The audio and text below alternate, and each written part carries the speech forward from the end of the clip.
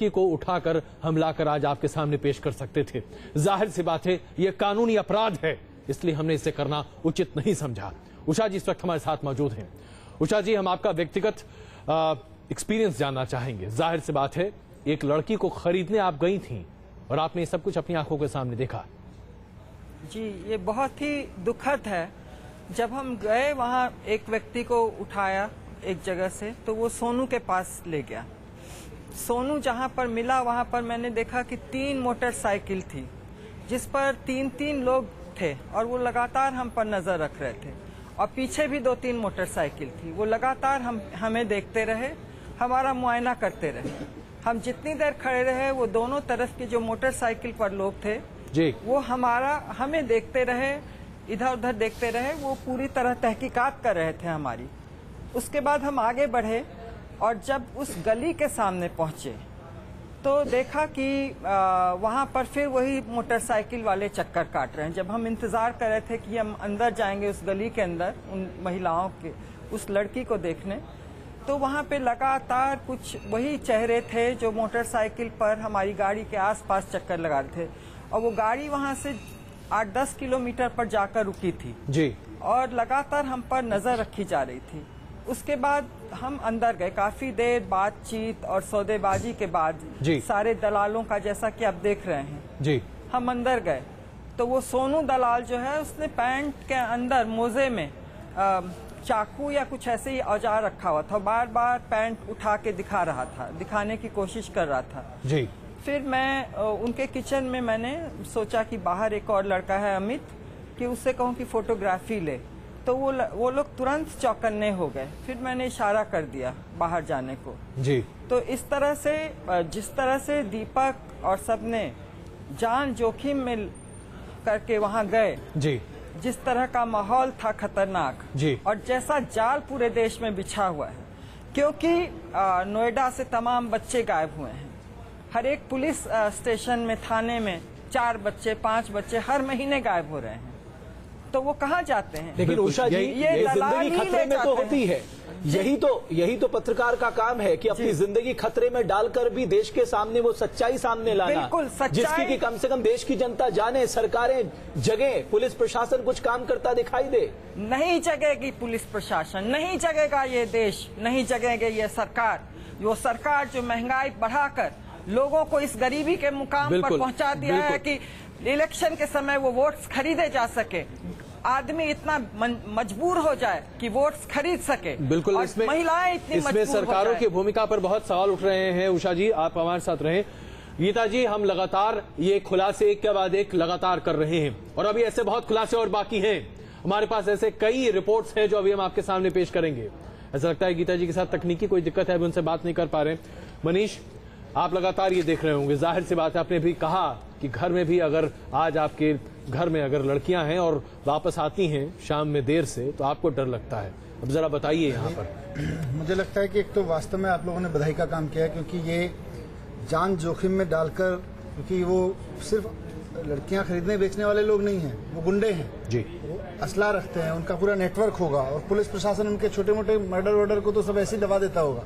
उसके बावजूद आप लोग गए और आप लोगों ने ये काम किया, वाकई एक बहुत साहसिक काम है। बाकी तो क्या कहें, शॉकिंग है। और इस देश की संसद से लेकर विधानसभाओं तक अगर इसके पास किसी के पास इसका समाधान है तो ये बड़ा सवाल आज आपने खड़ा कर दिया है कि देश की आधी आबादी खतरे में है। लेकिन आप देखिए ना, सरकार से अगर ये सवाल पूछा जाता, मनीष सिसोदिया जी, जवाब क्या मिलता है कि हमने 115 एंटी ह्यूमन ट्रैफिकिंग यूनिट्स बनाई हैं और हमने एंटी ट्रैफिकिंग नोडल सेल बनाए हैं, और चंद जो है उसके बाद कहा जाता है ये बाकी राज्य सरकारों की जिम्मेदारी। ये सारी संस्थाएं अधिकतर सफेद साबित होती हैं, अधिकतर अपने नजदीकियों को वहां अपॉइंट करने वाले पार्किंग स्पेस साबित होती हैं। इसके बाद आप इनसे क्या उम्मीद करोगे? उनको फैसिलिटीज देने के नाम पे, उनको बजट देने के नाम पे, उनको पावर्स देने के नाम पर कोई नेता आगे नहीं आता है। सब लोग बात बहुत बड़ी बड़ी करते हैं, भाषण बहुत अच्छे अच्छे देते हैं, लेकिन जब एक्शन लेने की बात आती है तो पीछे हट जाते हैं। बिल्कुल, बातें बड़ी बड़ी लेकिन काम बहुत छोटे। बना लीजिए, आप लगातार इन तमाम चीजों को देख रहे हैं जो हम दिखा रहे हैं। आप बताइए, एक महिला होने के नाते आप देख रही हैं आज हमारे समाज में क्या हो रहा है। आप चाहें तो बस किसी को खरीद लीजिए, 2.5 लाख 3 लाख 2.5 लाख एक आदमी की कीमत, एक महिला की कीमत। यही मैं देख रही हूँ कि मतलब यहाँ पे कीमत बोली ऐसे लगाई जा रही है that you are selling animals and vegetables in the market. तो ये चीज बहुत आपत्तिजनक बयान हो सकता है, अगर मैं कहूँ तो हो सकता है कि शायद कई लोग इसे आपत्तिजनक कहें, लेकिन जिस तरीके से एक जमाने में मेले में गाय के दांत देखकर गाय खरीदी जाती थी, वैसे ही आज आप लड़की का मुंह देखकर और दाएं बाएं चलाकर उसे खरीद सकते हैं, ये स्थिति। Actually, the root cause of this country, the root cause of any problem in this country is firstly poverty and the second is population. अब जब तक इन चीजों को कंट्रोल नहीं कर पाएंगे ये प्रॉब्लम्स होती रहेंगी। बिकॉज देखिए हमारे कंट्री में पॉवर्टी कितना है, आपका इसके पीछे अगर जाके देखना चाहिए कि ये सब क्यों हो रहा है। Why this abduction, why this kidnapping, हर चीज के ये एब्डक्शन हो, किडनैपिंग हो, हर चीज की सजा है, पनिशमेंट है। Indian penal code takes care of entire thing, but फिर भी लोगों के मन में कोई डर नहीं है, ये कोई ऑफेंस जैसे नहीं मानते जो काम ये लोग कर रहे हैं। कहीं के क्षेत्र में ये देखा जाता है कि girls themselves they are willing to be sold. बिल्कुल। कुछ क्षेत्र में ये देखा जाता है कि पेरेंट्स को भी मतलब बिकॉज ऑफ पॉवर्टी और एनी अदर रीजन, पॉवर्टी जो मैं सोच रही हूँ कि ये पॉवर्टी हो सकती है, that they are constrained to sell off their children, चाहे वो लड़का हो लड़की हो, they are involve in it. कोई अपने बीवी को बेच रहा है, ये भी पॉवर्टी कारण हो सकती है, या तो कोई लालच हो सकती है। गरीबी जी उषा जी, हाँ उषा जी कहिए। देश में कोई पॉवर्टी नहीं है। 50 करोड़ लोग जो मजदूर रोज मजदूरी करते हैं, उनका प्रति व्यक्ति 1 रुपया जाता है सरकार को। उसके ऊपर जो लोग हैं उससे थोड़े ऊपर, तो उनसे 10 रुपया प्रति व्यक्ति जाता है। और उसके ऊपर मिडिल क्लास से जाता है 100 रुपया, और उसके ऊपर से भी जाता है सरकार को। सरकार के पास पैसे की कमी नहीं है अगर इस देश को संभालना चाहे, अपनी सत्ता बचाने के बदले। लेकिन वो लोग तो कमजोर है ना, जो लोग ये करने के लिए मजबूर है। अगर कई आप ऐसी स्टोरीज देखें उषा जी, वहाँ गरीबी एक बहुत बड़ा फैक्टर है, उसको हमें मानना होगा। उसे हमें गरीबी किस कारण से है? इस देश इस सरकार के कारण है, जो लगातार इन लोगों ने देश को तोड़ा फोड़ा है। बिल्कुल, इसमें कोई शक नहीं। सरकार का और है अजय, बिल्कुल आपके सोनू दलाल का ये कहना कि 5000 से ज्यादा लड़कियों को सेल कर चुका है, 6 साल से वो नेटवर्क चला रहा है। लेकिन यूपी सरकार मानती है कि उसके यहाँ केवल 39 मामले 2009 में दर्ज हुए, 2010 में 23 मामले, 2011 में 57 मामले, यानी उनके लिए एक सामान्य घटना है। शामिलात की घटना है। जब कोई ऐसा वाकया होता है, कोई पेरेंट कोई भाई जाके एफआईआर कराना चाहता है तो एफआईआर नहीं लिखते, नहीं लिखा जाता है। केसेस को अनरिपोर्टेड, कोई रिपोर्ट ही नहीं करना चाहता है शायद। नहीं, अब उषा जी अगर इसका थोड़ा सा मानवीय पहलू भी देखें, वो लड़की जिसे आप वहां देख रही थी मेरठ में, जो बिकने के लिए खुद तैयार बैठी थी, और आपने कहा कि पैसे देकर तुम्हें खरीद रहे हैं, तुमको कोई आपत्ति तो नहीं है? उस लड़की ने कहा नहीं मुझे कोई आपत्ति नहीं है, भाभी से बात करो। उसे देखकर आपको क्या लगा? आप वहां पर थी, आपको तो लगा?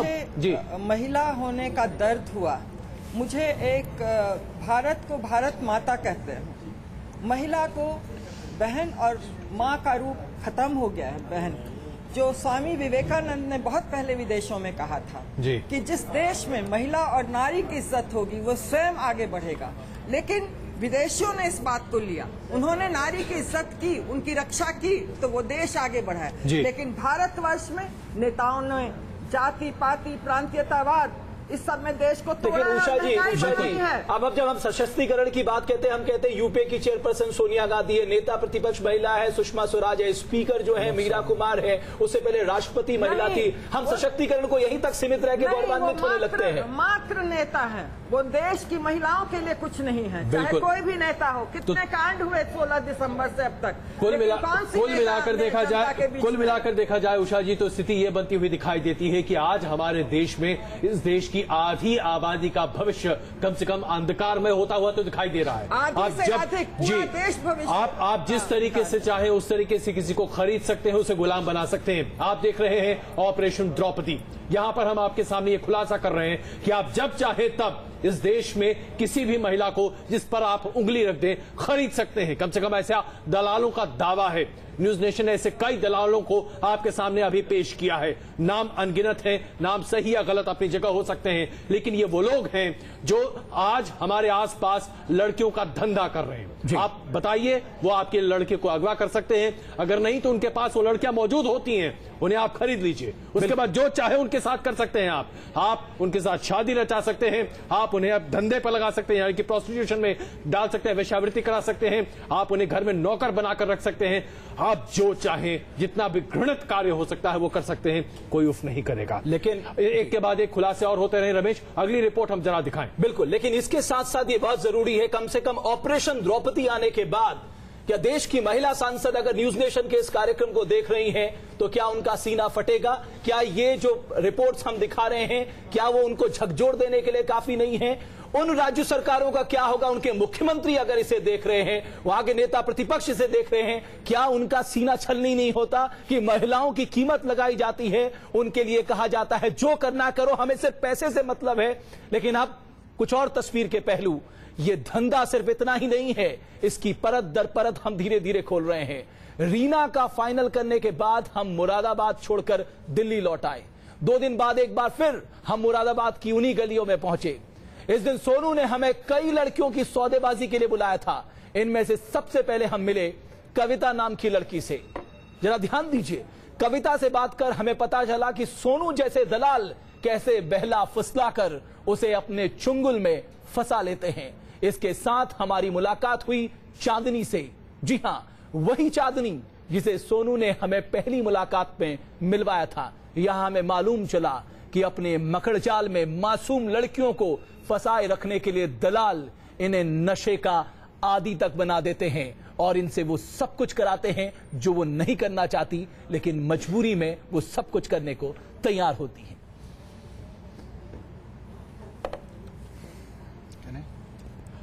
और इसी हम जो आपको दिखा रहे हैं उसी के कड़ी में एक के बाद एक हम आपके सामने एक अगली रिपोर्ट पेश कर रहे हैं कि आखिरकार कैसे योजनाबद्ध तरीके से इन लड़कियों का कारोबार होता है। तो आइए सबसे पहले देखिए ये रिपोर्ट, फिर आगे चर्चा करते हैं। चांदनी और कविता से मिलने के बाद अब सोनू ने हमें एक और लड़की से मिलने को कहा। पूछना चाहूंगा, जो मुरादाबाद की पक्की सड़कों को छोड़कर अब हमारी गाड़ी कच्चे रास्ते पर आ चुकी थी। हमारे कपड़े जो हो गए काफी देर बातचीत के बाद सोनू ने कॉल करके काजल नाम की लड़की को बुलाया। नहीं, काजल को सोनू का पार्टनर राजीव हमसे मिलाने पहुंचा था। हमने बाद में जाना कि काजल सोनू की बेहद करीबी थी, लेकिन सोनू उसका भी सौदा करने को तैयार था। तो काजल कितनी उम्र है आपकी? 19 साल। लगते तो नहीं, 13-14 साल लगते।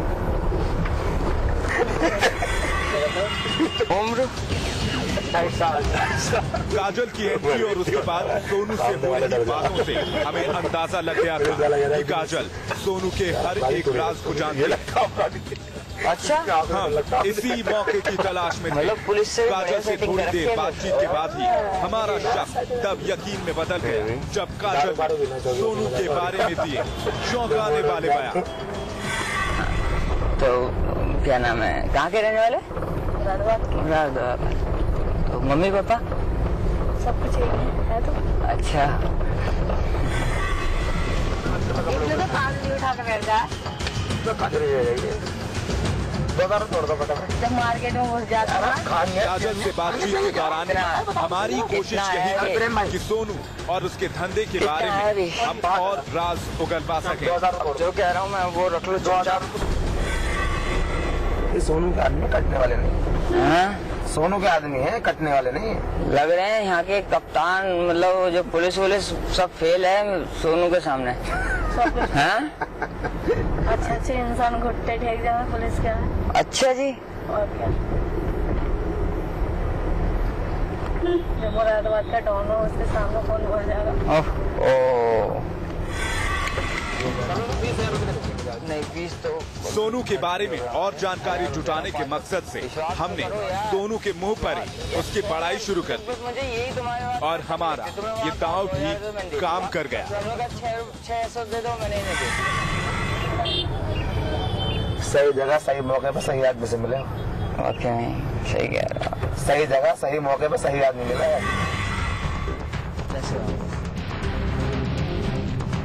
काजल से हमारी काफी देर बातचीत हुई।